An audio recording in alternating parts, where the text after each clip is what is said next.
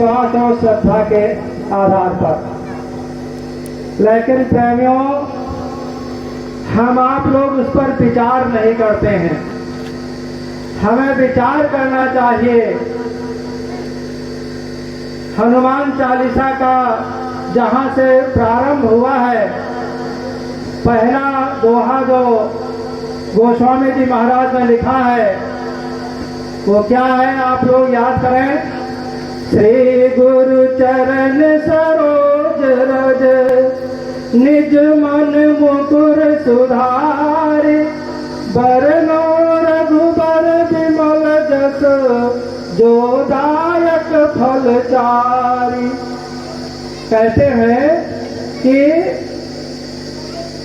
हम अपने मन रूपी मुकुर को, यानी शीशे को गुरु के चरण रज से साफ करके, और मैं भगवान के विमल यश का वर्णन करता हूँ, जिसको सुनने से हमको 4 फल मिल जाते हैं। प्रेमियों, कितनी बड़ी बात लिखी है। 4 फल कौन कौन से होते हैं? धर्म, अर्थ, काम और अंतिम लक्ष्य है मोक्ष। यही बात रामचरितमानस में गोस्वामी जी महाराज ने लिखी। बालकांड के प्रारंभ में लिखा है, सुन समुझहि जन मुदित मन, माजहि अति अनुराग, लहहि 4 फल अछत तन, साध समाज प्रयाग। इसमें थोड़ा सा और आगे बढ़ा दिया है कि वो चीज मिलेगी तो कहाँ मिलेगी? साध समाज में मिलेगी। और कब मिलेगी? शरीर छूटने से पहले मिलेगी। तो प्रेमी भाई बहनों, यहाँ से इसकी शुरुआत होती है। गोस्वामी जी महाराज ने अपने मन को साफ करके और गुरु चरणों की रज से पवित्र करके, अपने दिव्य खोल करके और हनुमान चालीसा का मतलब वर्णन लिखा है, उसकी रचना किया है। हम आप लोग भौतिक बुद्धि से उसमें क्या विचार करेंगे? अरे देखो, शुरुआत होती है, जय जय जय हनुमान गोसाई, कृपा करो गुरुदेव की नाई। गुरु जो होते हैं ज्ञान के भंडार होते हैं, और वो ज्ञान क्या, जो मूर्ति जिसके सामने हम खड़े होते हैं, जिनको आधार बना करके हम विश्वास करते हैं हमको एक चीज मिल जाएगी, क्या वहां से हमको ज्ञान मिल सकता है? ज्ञान तो गुरु से मिलता है।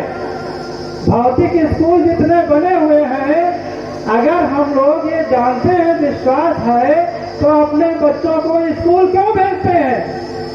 हनुमान जी की पूजा करवा दीजिए और बस आपको ज्ञान हो जाएगा। लेकिन ऐसा तो नहीं है। इसका मतलब विश्वास कच्चा है, पक्का नहीं है। पक्का होता तो कहीं स्कूलों में एडमिशन न करवाते और ज्ञान के भंडार बन जाते, ज्ञानी बन जाते। तो सही सच्ची बात तो यह है कि हनुमान चालीसा ज्ञान बोध में लिखा गया है, और हम लोग इंद्रियों के भाग पर बैठ करके अपनी मैली कुचैली बुद्धि से उसका अर्थ निकाल रहे, कैसे समझ में आएगा। इसलिए सबसे पहले हमको आपको संत सदगुरु के पास जाना पड़ेगा। जब गुरु करोगे और उनकी चरण रज को आंखों में अपने लगाओगे, तो आपका जो मन मुकुर है, मन का शीशा है, वो निर्मल हो जाएगा। उसमें साफ साफ सब कुछ दिखाई देना शुरू हो जाएगा। अब देखो, इसमें हनुमान चालीसा में कहते हैं कि राम रसायन तुम्हारे पासा, और सदा रहो रघुपति के दासा। कहते हैं राम रसायन तुम्हारे पास है। अच्छा, ये बताओ, हनुमान जी की पूजा करते करते कोई राम बन सकता है? अरे भगवान राम जब रावण को मार करके अयोध्या वापस आए थे, और सभी लोगों ने कहा, अरे भाई भगवान राम जो मतलब बालक अवस्था में थे और इतने बड़े निशाचर समूह का संहार कर दिया। तो अयोध्या में महात्माओं ने नहीं माना, उनका विश्वास नहीं हुआ कि हमारे छोटे छोटे बच्चे और कैसे इतने महामारी और मतलब निशाचरों का विनाश कर दिया। तो उनसे पूछा कि कैसे आपने मारा, तो कहा माता ये इसमें हमारा कोई बल नहीं था, मेरे पास में कोई ताकत नहीं थी, शक्ति नहीं थी। फिर कैसे हो गया? का गुरु वशिष्ठ कुल पूज्य हमारे और तिनकी कृपा नजरन मारे। आए गुरु की कृपा थी। तो राम को राम किसने बनाया? गुरु ने बनाया है। राम रसायन तुम्हारे पासा। हम कहते हैं अगर हनुमान जी की फोटो लगा करके कोई राम बन जाए तो बताओ, कोई बड़ा हो तो बताओ।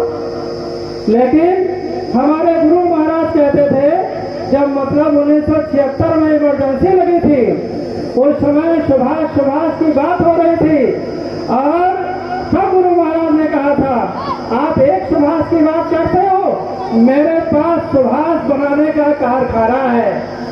अरे जो राम रसायन है, जो राम को बना सकता है वो सुभाष को नहीं बना सकता। अरे वो मतलब क्या नहीं कर सकता है, वो सब कुछ कर सकता है। इसलिए प्रेमी भाई बहनों, तो प्रेमी भाई बहनों, इसलिए हमको विचार करने की जरूरत है।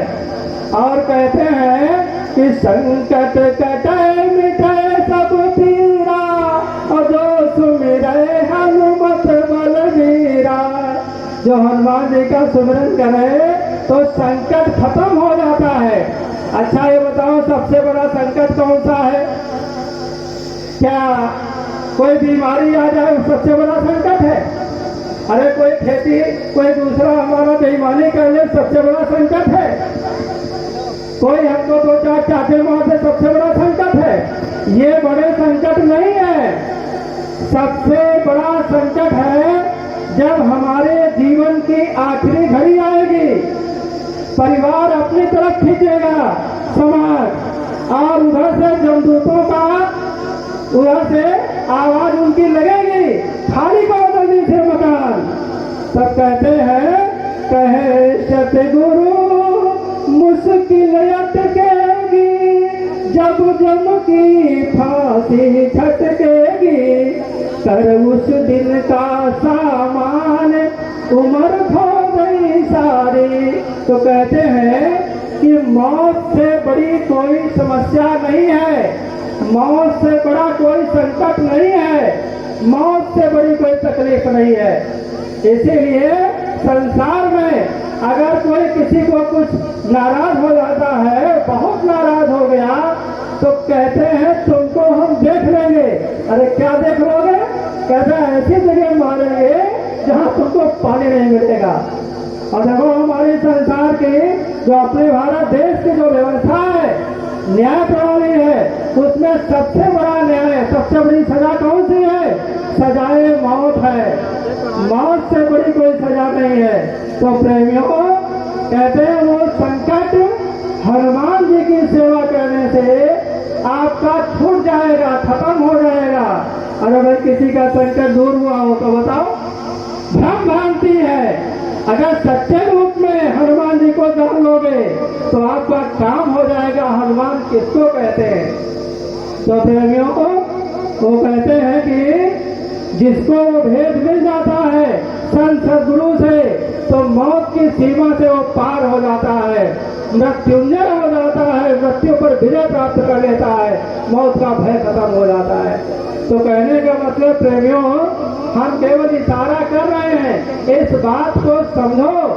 और कहते हैं जितने लोग हैं वो सब पूजा करने से चले जाते हैं, लेकिन इधर क्या कहते हैं गोस्वामी जी महाराज, जितने मानस लोग हैं वो सब गुरु की दया से जाते हैं। जब नाम दान मिलेगा, आप भजन करोगे, सुमिरन करोगे, ध्यान करोगे और जीते जी मनुष्य शरीर में बैठ करके वो साधना करके आंखों के पीछे आओगे और जब उस दिव्य दृष्टि यानी कि उस प्रकाश को देखोगे, आवाज को सुनोगे, तो आपके अंदर में जो काम क्रोध लोभ मोह अहंकार है, जो विषय वासनाएं विकार है, ये सब दब जाएंगे और आपके अंदर में शील क्षमा संतोष विरह विवेक ये जागृत हो जाएंगे और जो आपके सहयोगी होंगे आपकी परमार्थी चाल शुरू हो जाएगी और जीवन आपका सफल हो जाएगा।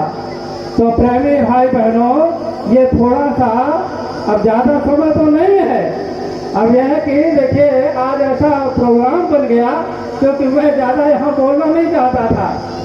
हमने चाचा जी को बुलाया है, वो आपके बीच में सत्संग संदेश रखेंगे, लेकिन थोड़ा सा समय बढ़ाना था, इसलिए हमको भी मतलब था कुछ कह दे। तो प्रेमियों, ये बताने के लिए कि आज जो ये कार्यक्रम हो रहा है ये क्यों हो रहा है। प्रेमी भाई बहनों, देखो जैसे हमारे आपके घरों में कोई किसी बच्चे का जन्म होता है तो पूरा परिवार खुशियां मनाता है कि नहीं मनाता है, ढोल बजती है कि नहीं बजती है, छठी बरहा होता है कि नहीं होता है, बड़ी खुशी होती है। अच्छा, अगर कोई अपने बीच से चला जाता है, उसका शरीर छूट जाता है तो क्या होता है, तो गम होता है, गमी मनाते हैं, 10 दिन गमी मनाते हैं, फिर 10वां करते हैं, फिर 13वें करते हैं और फिर हर साल उस दिन याद करते हैं कि भाई आज के दिन हमारे दादाजी चले गए थे, आज के दिन हमारी पूजनीय माता जी चली गई थी। इस तरह से याद करते गमी का होता है। तो प्रेमी भाई बहनों, आज हमारा खुशी का दिन है, हमारे परिवार का खुशी का दिन है, क्योंकि आज हमारे परिवार में एक बच्चे का जन्म हुआ है। वो किस प्रकार से, हमारे महाराज दिन भैया साहू जी, आप जो है काल के घराने से निकल करके और दयाल के घराने में आ गए हैं, जहां पर अब उनको कटना पिटना नहीं है, नरकों 84 में नहीं जाना और मतलब कटना पिटना नहीं, घास फूस पेड़ पौधों के तरीके से। वो दयाल के क्षेत्र में आ गए हैं, संत की शरण में आ गए हैं, जो हमारे मूलचंद भैया जी बता रहे थे। और हमारे परिवार में आज एक सदस्य बढ़ गया है, नामदानी परिवार में, हमारे संगत में, इसलिए हमको आपको आज खुशी मनाना है और हम लोग खुशी मना रहे हैं।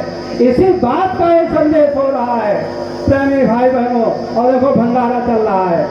और प्रेमियों, एक भी जीव अगर काल के दायरे से निकल करके और दयाल के दायरे में आता है, प्रेमियों उसी दिन काल के दायरे में मातम मनाया जाता है, वहां पर कमी मनाई जाती है कि तुम लोगों ने कैसी व्यवस्था किया और एक जीव तुम्हारे बीच से कैसे निकल के चला गया संत शरण में।